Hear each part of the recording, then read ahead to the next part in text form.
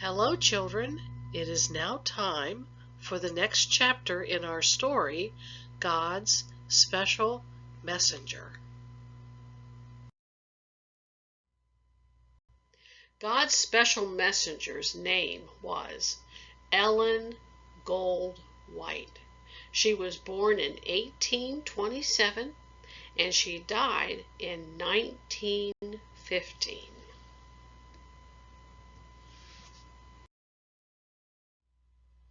This chapter is called The Stocking Behind the Door. But before we begin our story, let's sing our theme song together, Jesus Wants Me for a Sunbeam.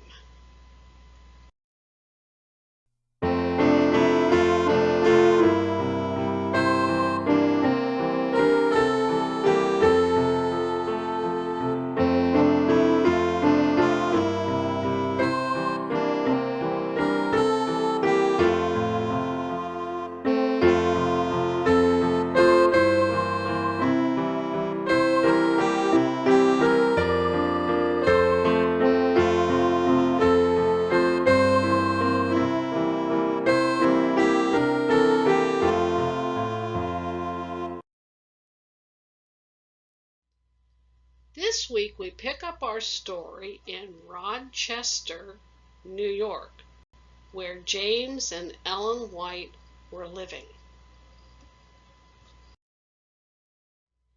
In their home, there was a dark place behind a door near the kitchen. In that dark place hung an old stocking. That stocking was Mrs. White's secret. Only she knew about it. Now the stocking was heavy because it had many pennies, nickels, and dimes in it. And there were some quarters and some $50, but very few dollars.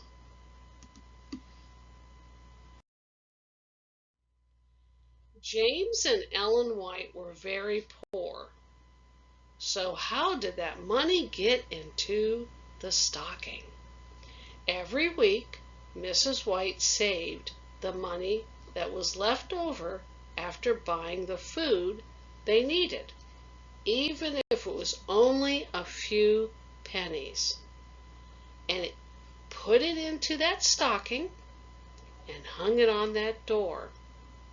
She was saving those extra coins for an emergency.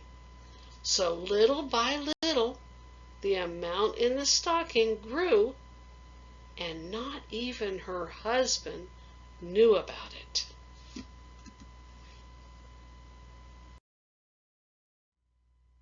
One day, Elder White came in and said, "I need money to buy paper, and we just don't have it. I don't know what to do." Mrs. White could see that he was worried. "We are ready to print the Review and Herald, and I don't have money to pay for the paper." Mrs. White knew that this was a real emergency.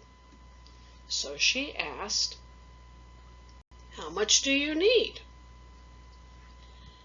James answered, "I need $64. But where can I get it?"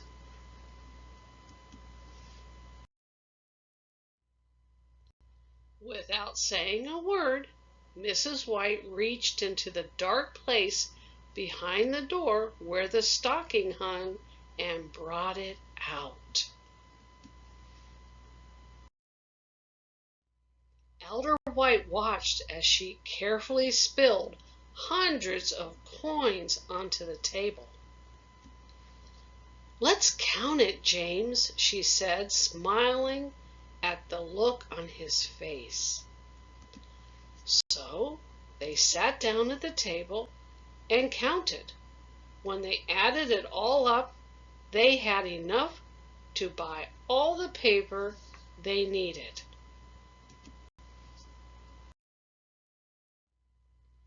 Elder White put his arms around his little wife and gave her a big hug and a kiss.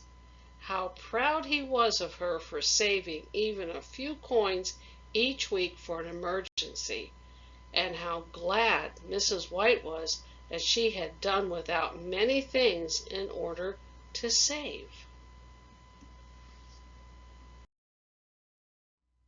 Elder White took the money and paid for the paper. The man probably wondered why he was paying with all those pennies, nickels, and dimes and only a few large pieces. But it was enough to pay for the paper.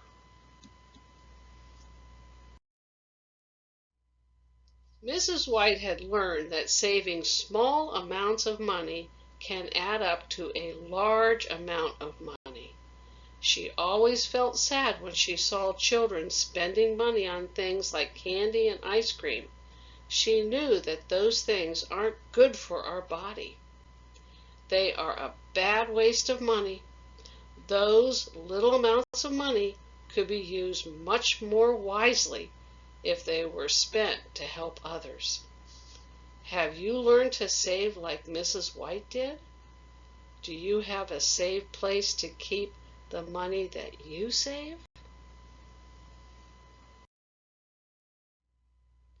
Our next story is called What Mrs. White Told Her Stomach. That sounds very mysterious. Until then, take care and God bless you.